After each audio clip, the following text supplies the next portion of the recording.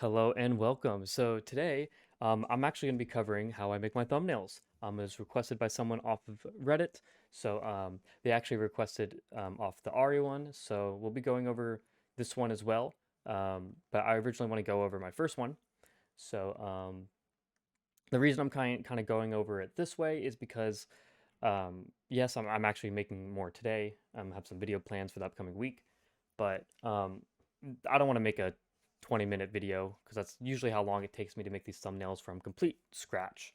Um, so you might need a little bit of Photoshop knowledge, but if not, I'll try my best to explain things for you. And yeah, so first things first, what I'm gonna do is I'm gonna make all these invisible. So boom. So let's say we start with nothing. So you want to make this 1920 by 1080. Um, my bad. Points, centimeters, inches, pixels. Okay. So yeah, 1920 right here by 1080. And essentially, this is how I start my works. So this is actually, this image right here is taken from one of my games. I actually went into a custom game and I basically just found a place in Fog of War, took a screenshot of it. If you don't know how to take a screenshot in League of Legends, I think it's F12, was it? You click the F12 button, boom, screenshots. Um, and finding that in your files may be a little complicated, but if you need help with that, I can make a quick little short thing, maybe at the end, or maybe not. Leave a comment if you don't know how to find your files and stuff. I can definitely show you how to do that, but your League of Legends files, that is. But yeah, here we are. So this is kind of like to keep a dark background. I think the reason I picked this is because it's themed for League of Legends, and it's going to be covered up a lot. But if people were to notice that slight, difference in the background, I think it's kind of nice. It gives it the feel. So I just start off with this basically. Zoomed in, so I zoomed in on it, cut out the you know my abilities and everything at the top corners and sides of the screen of the map. Next, I got an image of Zeri. So this I did find online. Someone did cut it out, so that made it very easy for me. Now there are ways of cutting out, things out of images. You can use the magic wand tool. So, for example, like if you use the magic wand tool, I can just focus on, let's say, do this. Like it'll kind of try to batch up something, a shape that is similar to it, like the leg. You know what I mean, or whatnot. It's subtraction, but here addition. Kind of click on it. So that's kind of not really the best, but it can work in solid colors and stuff like that. It'll work much better. Um, what most people do is, let's see where it's at. Where is that tool? Polygon Lasso. Kind of just go around the lines. You can kind of just do that. If that makes any sense. So here we are. And with this image, as you can see, I definitely zoomed it in. So this is the full image, and I zoomed it in quite a bit because I wanted her face to be on it. Obviously, the thumbnail's about her, and I did my own little stuff to make her look way better. As you can see, we can actually compare it. I'll put them on the screen right now, but on the left side of the screen. But as you can see, like no hate, no shame to these people that do these thumbnails. Um, what I was trying to do is make it um, so when you see my thumbnail, you see quality. Um, in terms so catches your eye more, and hopefully um, that works for me and for what I'm trying to show for my brand and everything like that. People don't always need to do high quality thing. As you can see, um, you know here's an example: advertisements for apps online, right? Or for your phone. You see these advertisements are very low quality, cheap advertisements. And way back in the day, Clash of Clans, how to make animated videos. Same with Angry Birds. So it's what works in terms of business is kind of what you want to go for. For me, I took the liberty of doing it this way because I do enjoy Photoshop and I do like taking the time to make something look good. So what I was going to show you and compare was the hair and just her in general. As you can see, a lot of the pictures and a lot of people that make the thumbnails are very saturated. Um, so the saturation is very high, it's very bright and clear. Yes, it's brighter, may catch your eye more, but I take time to do this. I know a lot of people aren't like the Photoshop expert. I know I'm not. So a lot of people that make content probably don't take the time to do it to this extent. They're trying to get their content out, trying to just do whatever they can to catch the eyes and, bring the content to their viewers. So, whatever people want to do, just do what you want. But this is how I do it.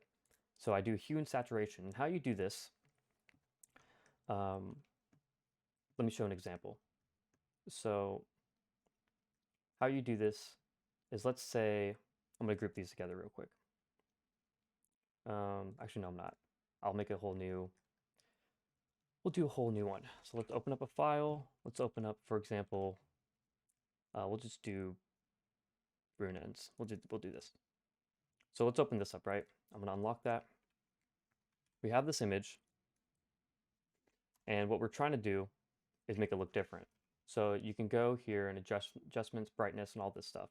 So hue and saturation, you can change the hue, which does a lot, as you can tell. But saturation will make it brighter, and sometimes you can take it too far. So you gotta really know what you're doing. Usually you don't need much saturation though, just a little bit to make it look like it pops more. Not enough to lower the quality though. And the thing is, if I were to pull up another image, like Trinity Force, for example, and place it on there. Now, I'm going to make this really obvious, so we're going to change the saturation up and the hue. As you can see, it's affecting all the images, right? So, because it's above it all. If you move it down, yes, it's only going to affect that.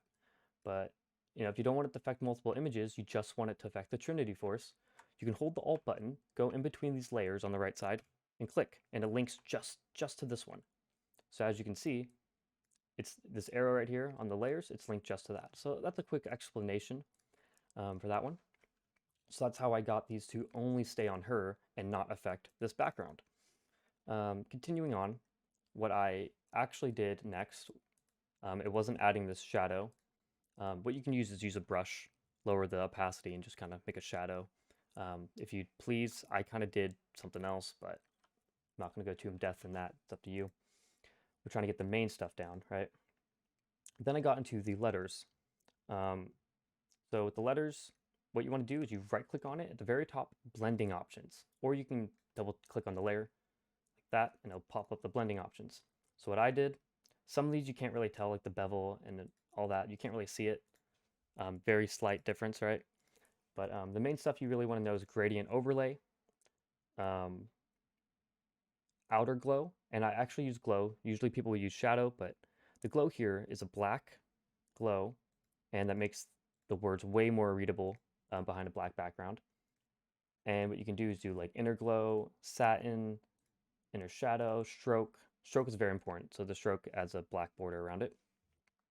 So I won't go too in depth in all that. I'll go over the gradient overlay though. So gradient you want reflected, very important. You want reflected on here. And basically you can pick your gradient and you can reverse it if you like. And you can figure all this out yourself. You can scale it to how you want. So really the main stuff is reflection, what colors you want, and the scaling. For outer glow, I just black and, just made the glow around it black. Won't go depth in the other stuff, but yeah, kind of the same thing with these. Not as many as effects as you can see. We have stroke, gradient, and outer glow, the three most important ones. And same with this one. Now, see, later on, I eventually went into adding this right here. So as you can see, I did the hue and saturation. I clipped it just to this one, this specific image. Now, real quickly, I want to say I covered the Z up a little bit. I understand that. It looks good, but at the same time, you also want to be able to read the word Zeri better. I fixed this later on in the ARI one, as you can see. But this is something I learned from the very first one I did to the second one, and I improved my work, in my opinion. So we got that taken care of. So really, that's how you do the letters. And there's a small trick I want to show you. So if you can see, there's a slight bend in the words. So what you want to do, you click the T button to go to the text. You highlight it. Actually, am I doing that right? Yeah, here it is. And you click this T with the bend. So this, I did arc right here. a very slight arc, very slight works on here, but that is what I did. So you give it kind of an arc, kind of pops a little bit more, in my opinion. Let's see. And I'll add the shadows down here so it looks better. So this is actually my own special touch. It's a brush, and what you do is lower the don't lower the opacity. You can do that in the after right here, opacity. That's what I did. But basically, I have a brush and I made pixel dusts, and you use, I think it's filter. You go to blur and Gaussian blur, and you do that ever so slightly and keep moving it up until you feel like it's right. So that's what I did. Moving on, here we have these images. Let me see if I could pull them up here. Boom. Okay, so the hue. Oh yeah, here we go. All right, basically we have this layer. So this is the plain image. I threw on the effects, the blending mode effects, like we did earlier on the words. We have a stroke. I did a white stroke, so it's different, pops, it's, inner glow. That's not really needed. I didn't really do it on the next one, but I did a slight inner glow, as you can see. We can move in a bit. As you can see, you probably won't notice it on the thumbnail. However, I did it anyways. And then we have the outer glow, which is the black, to make it pop a little bit more. Then I added hue and saturation that I clipped to it to make that brighter colors, make it pop a little bit more. And I did the same exact thing to this one, except I only had stroke and outer glow to the white stroke, and the black background is the outer glow. Did a hue and saturation, made that pop slightly. Next up is this plus sign. So I did a lot to it. It's really up to you how you want to do this. I did it this way. Don't really need to go into depth with that. This was something I added later on, and I'm debating on whether I'm doing this in the future, because I know I don't want to misinform people that yes, I am playing in the low elo. So these scores and how I'm playing and everything about that doesn't really represent exactly, maybe what you're looking for, but I am just showcasing the build where I'm playing at because I enjoy the game and I want to share this with everyone else. So I do keep the score up there, and like I said, this is up to you. What truly matters is yeah, this is the base. You got a stroke on the outside. So if you want to do it like that, that's all you really need. I added a gradient color, so it's like a slight color, a little bit of a pattern on there, if you can tell, a little drop shadow, and then I did bevel, pops a little bit more. And this border, kind of specific to my thumbnails, I enjoy doing it like this. The border basically is just, if you go to the shape tools, just do the stroke as a gradient, and you pick your colors, and boom. And you make your fill transparent, and that's basically all you have to do. So that is a quick overview of how I do my thumbnails. And with the RE1, I'm just gonna go over what I changed a little bit. As you can see, this isn't obstructing any of the vision of the words. It's obviously more clear. Now Ari, I didn't clip her out, but what I did, I'll show down here, is I did a mask, layer mask, and what you do is you black and white, use a brush with low opacity and lightly go over it to erase what you don't want. And that's basically everything else I changed about this. So yeah, if you need any help with anything else, have any questions, don't be afraid to message me on Reddit, Discord, any of my social medias that are provided. And yeah, if you enjoy the content, I can do more. I'm going to be doing more graphic design stuff in the future. So if you're interested, go ahead and subscribe. If you're looking for some more gameplay, I'm here. I'll be doing some weird builds for the most part. Try to branch out from doing some more serious gameplay to as well as just fun random builds. Sneak peek to my next video. I don't know if you saw it when I pulled up my images I'm going through, but Skarner. Skarner will be the next one. And he'll be playing in a role that actually kind of works for him. So go ahead and give it a shot. And I'd say go ahead and check out the rest of my videos. And if you want to put notifications on, don't miss any uploads, Monday, Wednesday, Friday. be more than happy to invite you to do that. So yeah, thank you guys so much for watching. And if there's anything else that you need, don't be afraid to message me. All right, y'all have a great one.